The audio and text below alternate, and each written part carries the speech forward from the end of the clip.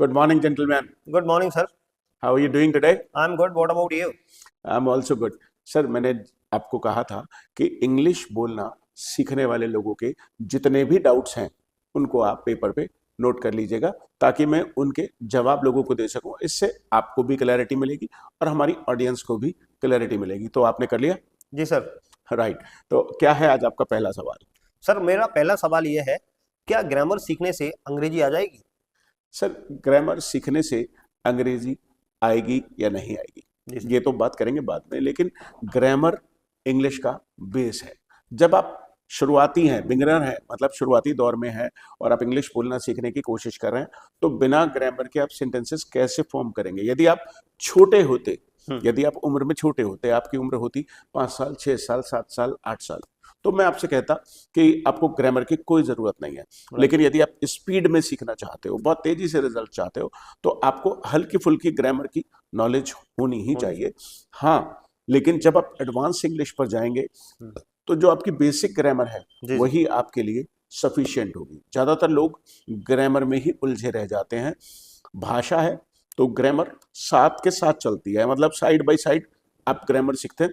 आपको अलग से ग्रामर सीखने की कोई ज़रूरत है नहीं। और हमने भी अपने यूट्यूब चैनल पर जो वीडियोस रिकॉर्ड किए हैं उसमें डायरेक्ट ग्रामर है, मतलब वो एक इनडायरेक्ट मेथड नहीं है जिसमें आप ग्रामर अलग से सीखेंगे। हमारे कोर्स में या हमारे वीडियोस में आपको इनबिल्ट ग्रामर मिलेगी। तो मुझे लगता है कि आपका डाउट ये क्लियर हो गया कि हमें क्या ग्रामर सीखने से ही अंग्रेजी आएगी। बिना ग्रामर के यदि आप सुन रहे हैं, इंग्लिश को डेली लाइफ में सुन रहे हैं, जी सर, तो वो काफ़ी है। जैसे हिंदी बोलते हैं लोग, राइट, तो क्या वो ग्रामर के बारे में सोचते हैं? नहीं, कभी नहीं। जब वो सेंटेंसेस सुनते हैं तो वो सेंटेंसेस ग्रामेटिकली करेक्ट होते हैं। आपको सेंटेंसेस पर ध्यान देना है, आपको ग्रामर पर ध्यान नहीं देना है। जिस आई तरीके होप। से हमने शायद कभी हिंदी में भी ग्रामर पे, कभी व्याकरण पे ध्यान नहीं दिया होगा। राइट। इसी तरीके से हमें इंग्लिश में भी, ठीक है, वो उसका एक पार्ट है, एक मतलब इंटीग्रल पार्ट है जो जैसे अलग नहीं किया जा सकता, लेकिन फिर भी आप पूरा ग्रामर पे फोकस कर दें और हर यूट्यूब चैनल पर आप ग्रामर की वीडियोस देखने लगे तो आपको ये समझ में आना ही चाहिए कि मैं सीख क्या रहा हूँ। क्या मैं स्पोकन इंग्लिश सीख रहा हूँ या मैं सिर्फ ग्रामर सीख रहा हूँ? राइट। राइट। आपका अगला सवाल? सर मेरा दूसरा सवाल है कि सर फ्लुएंसी का क्या मतलब है? क्या फ्लुएंसी वो होती है जिसको हम तेज बोलते हैं?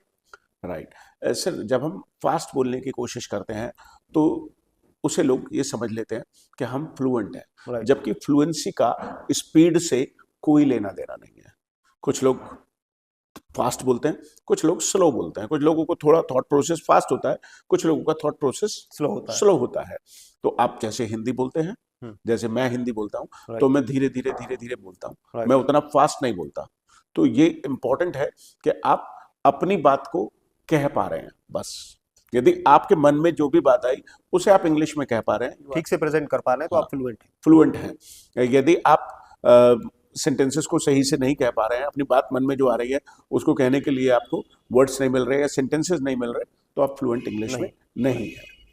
आपका अगला सवाल सर? सर मेरा अगला सवाल ये है कि अधिकतर लोग ये मानते हैं कि मैं सोचता तो सर हिंदी में हूँ, तो उसका जरा आंसर बताइए कि उसको जो है उसकी समस्या का क्या समाधान हो सकता है? सर मैं सोचता हिंदी में हूँ जी भाई, ऑफ कोर्स मैं भी हिंदी में ही सोचता हूँ। जी। कोई ऐसा नहीं है कि मैं सीधा इंग्लिश में सोचता हूँ, लेकिन मैं ट्रांसलेशन नहीं करता। जब आप हिंदी बोलते हैं तो आपको हिंदी में सोचना चाहिए और जब आप इंग्लिश बोलते हैं तो इंग्लिश में सोचना चाहिए। गड़बड़ कहाँ होती है? हम ट्रांसलेट करते हैं और ये ट्रांसलेशन ही आपको बर्बाद कर सकता है, क्योंकि वर्ड फॉर वर्ड ट्रांसलेशन कभी भी किसी लैंग्वेज में हो ही नहीं सकता। जैसे मुझे प्यास लगी है, अंग्रेज कहता है आई एम थर्स्टी। अब इसमें मुझे प्यास लगी है, ये कैसे बनाओगे?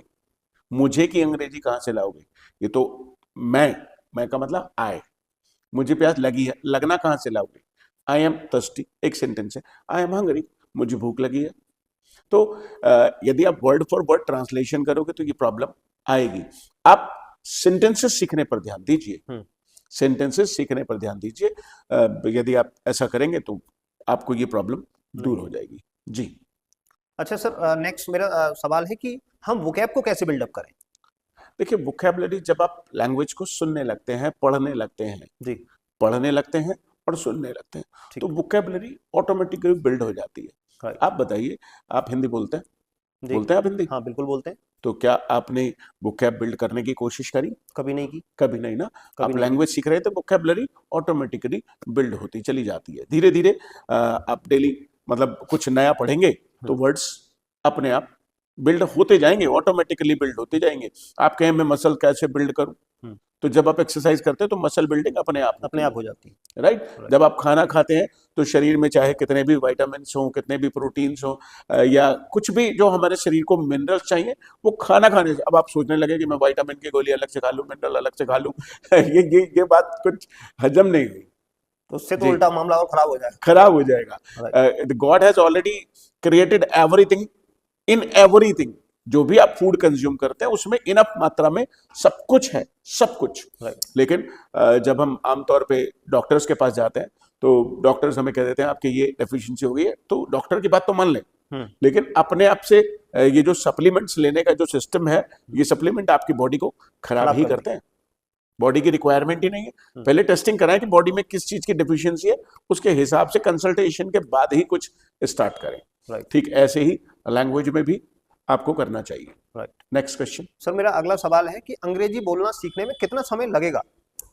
वेल इट डिपेंड्स, ये तो डिपेंड करता है कि इंग्लिश बोलना सीखने में कितना समय लगेगा। नॉर्मली यदि आप 12 साल के बच्चे हैं ठीक। और आप 1 घंटा रोज प्रैक्टिस करें, राइट। 1 घंटा इंग्लिश को दें, चाहे आप उसमें देख रहे हैं, सुन रहे हैं, आप ग्रामर सीख रहे हैं, वोकैब बिल्ड कर रहे हैं, 1 घंटा डेली देकर आप 3 मंथ्स में इंग्लिश बोलना सीख सकते हैं। हाँ, यदि आपको बिल्कुल बेसिक नहीं आता, I am going to market समझ नहीं आता, आई विल प्ले क्रिकेट समझ नहीं आता, तो सब it will take about 6 months, an hour every day. 1 घंटा रोज लगाएंगे तो 6 महीने लगेंगे, और यदि 2 घंटे रोज लगाएंगे तो 3 मंथ्स में ये कंप्लीटली मतलब आपको ट्रेन किया जा सकता है। और हमारा कोर्स भी जो आता है वो 6 मंथ्स की वैलिडिटी के साथ है, तो आप उसे 1 बार कर सकते हैं, 2 बार कर सकते हैं। जी, आपका अगला सवाल सर, अगला सवाल ये है कि अधिकतर जब मैं अंग्रेजी बोलने की कोशिश करता हूं तो लोग ऐसा मानते हैं, तो जब मैं गलत हो जाता हूं तो लोग हंसेंगे मुझ पर।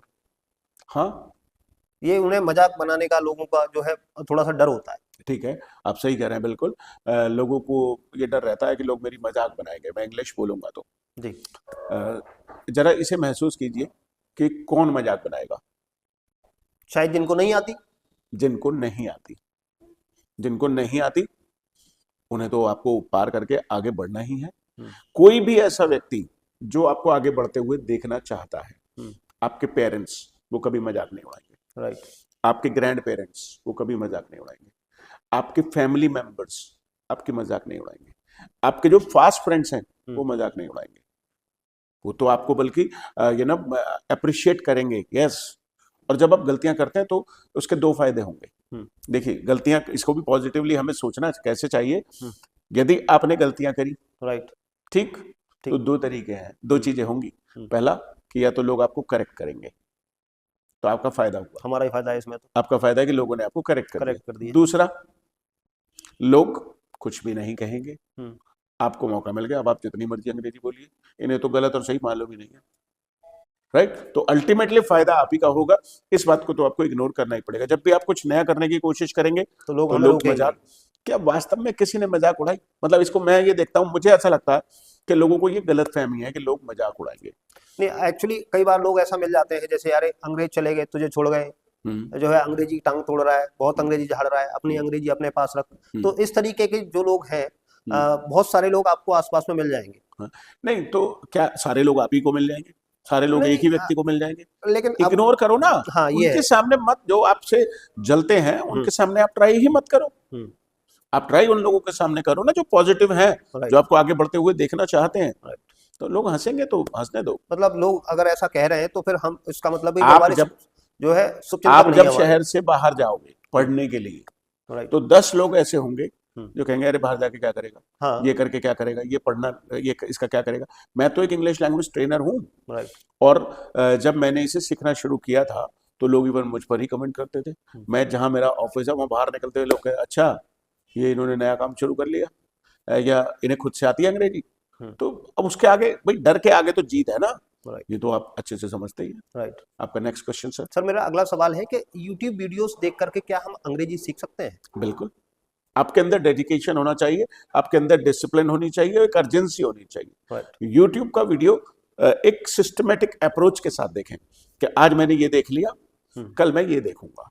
यदि आपको सीक्वेंस में नहीं मिलती है वहां वीडियोस, तो मुझे लगता है कि आपका कोई खास फायदा होगा नहीं, क्योंकि यदि बेसिक इंग्लिश नहीं आएगी, इंग्लिश थोड़ी थोड़ी निकलने नहीं लगेगी, तो इससे आपका कॉन्फिडेंस ही नहीं बढ़ेगा।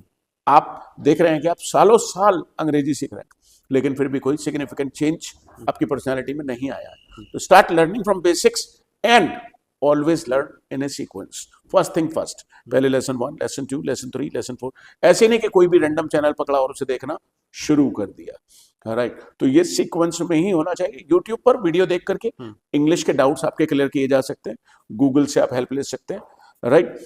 लेकिन उसको बोलने की प्रैक्टिस आपको करनी ही पड़ेगी। मिरर एक्सरसाइज करें, 10 सेंटेंसेस याद करें और उन्हें बोलें, अपने आप को रिकॉर्ड करें, अपने फैमिली मेंबर्स के सामने प्रैक्टिस करें, अपने भाई को बिठा लें, अपनी बहन को बिठा लें। I want to tell you something about myself, I want to tell you about my house, I want to tell you about my daily routine, I will tell you my father's daily routine, I will tell you what I am going to do on Sunday. तो छोटे छोटे topics पर जब आप English बोलना शुरू करेंगे तो इससे आपका कॉन्फिडेंस बढ़ेगा, कानों में अंग्रेजी जाएगी, दिमाग में कॉन्फिडेंस आएगा। तो ये सही तरीका है।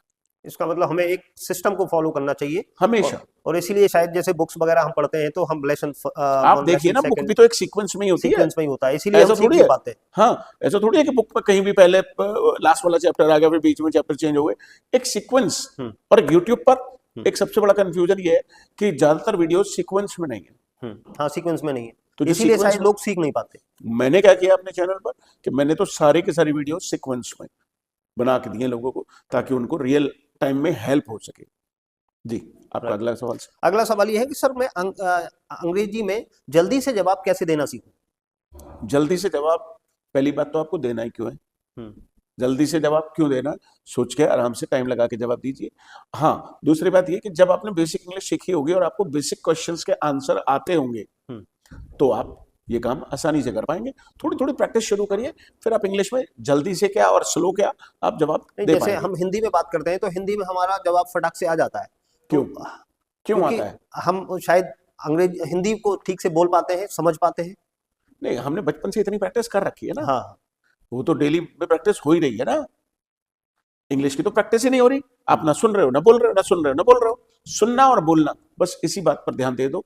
3 महीने, मेरा कहना मान लो, your life will dramatically change, you will be fluent as well as confident. Right जी, अगला सवाल सर। सर अगला सवाल है, क्या हम बच्चों की तरह अंग्रेजी बोलना सीख सकते हैं, या जिस तरीके से जैसे बच्चे अधिकतर सीखते हैं अंग्रेजी बोलना, क्या हम उनके साथ में भी अंग्रेजी बोलना सीख सकते हैं? बात समझ नहीं आई मेरे को, अभी आपका सवाल समझ नहीं आया। जैसे अधिकतर भाई हम लोग जैसे क्लासेस में जैसे बच्चे स्कूल्स में सीख सकते हैं, तो हम क्या अंग्रेजी बोलना किसी चैनल के द्वारा उस माध्यम से सीख सकते हैं? मेरे को आपका सवाल समझ नहीं आया, लेकिन आपके सवाल का शायद मतलब ये है कि क्या हम बच्चों की तरह अंग्रेजी सीख सकते हैं। अब सवाल है, बच्चे तो कुछ भी सीख लेते हैं। नहीं, जो मेरा सवाल ये है कि जैसे हम लोग बड़े हैं, मान लेते हैं कि कोई आदमी ग्रेजुएट है, कोई पोस्ट ग्रेजुएट है, कि कोई आदमी प्रोफेशनल है। अच्छा, बच्चे जो हैं अंग्रेजी जल्दी सीख जाते हैं। नहीं, बच्चे कुछ भी जल्दी सीख जाते हैं। तो मेरा बच्चे कुछ भी जल्दी सीख जाते हैं, क्योंकि बच्चे अपना दिमाग नहीं लगाते। हाँ, अच्छा, बच्चे अपना दिमाग नहीं लगाते। ठीक, बच्चों के दिमाग में 500 तरीके नहीं चलते। बच्चे जब सुन रहे होते हैं तो वो सुन ही रहे होते हैं, वो सोच नहीं रहे होते। आपके साथ में क्या दिक्कत है, बड़े लोगों के साथ में क्या दिक्कत है कि वो सुन भी रहे होते हैं और 50 चीजें सोच भी रहे होते हैं, तो वो सही से सुन ही नहीं रहे होते। हाँ, सुन ही नहीं रहे होते। हाँ, ये इसलिए वो सीख भी नहीं पाते, क्योंकि उनके दिमाग में अपनी बातें चल रही होती हैं, अपनी बातें चल रही होती हैं, या घर की परेशानी, टेंशन, या उनके अपने ऑफिस का काम या जॉब की बात। यदि आपका दिमाग चारों तरफ बटा हुआ है तो वो कंसंट्रेट नहीं कर पाता, और कंसंट्रेट नहीं कर पाता, आप देखिएगा पूरा 100% अटेंशन के साथ आप कोई भी चीज कीजिए, बंद कर लीजिए अपने आप को कमरे में, तो आप कर पाएंगे। मेडिटेशन की तरह से करिए कि ये क्या कह रहे हैं, इसका क्या मतलब है, ये मैं कैसे यूज करूंगा, क्या बताया इन्होंने। अब यदि आप यही इतना ही, जैसे घोड़ा होता है ना सर, घोड़े के ना एक मुकुट लगा होता है, हाँ, उसे ऐसे दिखाई देता है सामने, बस यदि वो मुकुट उतार दिया जाए तो प्रॉब्लम, चारों तरफ को देखने लगेगा, चारों तरफ को उसका दिमाग चलने लगेगा और वो उतनी स्पीड से नहीं भाग पाएगा। तो बच्चे किसी भी चीज को स्पीड में सीखते हैं क्योंकि उनके दिमाग में 50 और चीजें नहीं चलती। राइट जी, नेक्स्ट क्वेश्चन सर। सर मेरा अगला सवाल ये है क्या अंग्रेजी बोलना सीखने के लिए इंग्लिश मीडियम स्कूल्स में जाना जरूरी है? अरे वो यदि पॉसिबल है तो बच्चों को इंग्लिश मीडियम में लोग भेज ही रहे हैं, लेकिन यदि पॉसिबल ही नहीं है, आप सोचिए आप हो गए 50 साल के जी। अब कैसे जाएंगे इंग्लिश मीडियम में? नहीं, बिल्कुल नहीं जा अब सकते। तो नहीं जा सकते बिल्कुल ना। नहीं जा सकते। तो जो बीत गया उस पर मिट्टी डाल दे, let's bury the past, right. Do not think that way. I did not go to English medium school, मैं नहीं गया इंग्लिश मीडियम स्कूल में, तो इसका ये मतलब है कि मैं इंग्लिश नहीं बोल सकता या सीख नहीं सकता? You teach me anything if I have the requirement, यदि मुझे अर्जेंसी है। यकीन मानिए, आप हिंदी मीडियम में पढ़े, इंग्लिश मीडियम में पढ़े, गांव में रहे, शहर में रहे, देश में रहे, विदेश में रहे, you can learn anything you can learn, but you should have a firm determination. आपका डिटर्मिनेशन इतना जबरदस्त होना चाहिए कि मुझे ये काम करना है। यदि आपको जरूरत नहीं होगी तो आप तो खाना भी नहीं खाओगे। जरूरत होती है, आपने देखा है कि आप जब भूख बहुत तेज लगी होती है तब आप कितनी स्पीड में खाना खाते हैं। जो है सामने, जो है सामने, यदि लौकी मिल गई ना जो आपको पसंद नहीं है और पेट भरा हुआ है तो पनीर की सब्जी रखिए, नहीं आ रहे समझ, नहीं आ रही, रिक्वायरमेंट ही नहीं है ना। तो it all depends on your requirement, और जहां है वहां से शुरू करिए, जो कर लिया है उसके आगे बढ़िए। राइट। तो सर क्या और भी कोई सवाल है? नहीं सर, आपने मुझे लगता है कि सारे सवाल ठीक से उनके जवाब दे दिए हैं और ऑडियंस को भी सारे जवाब मिल गए होंगे। Thank you very much for explaining in such a wonderful way. Thanks a lot. Welcome sir, welcome.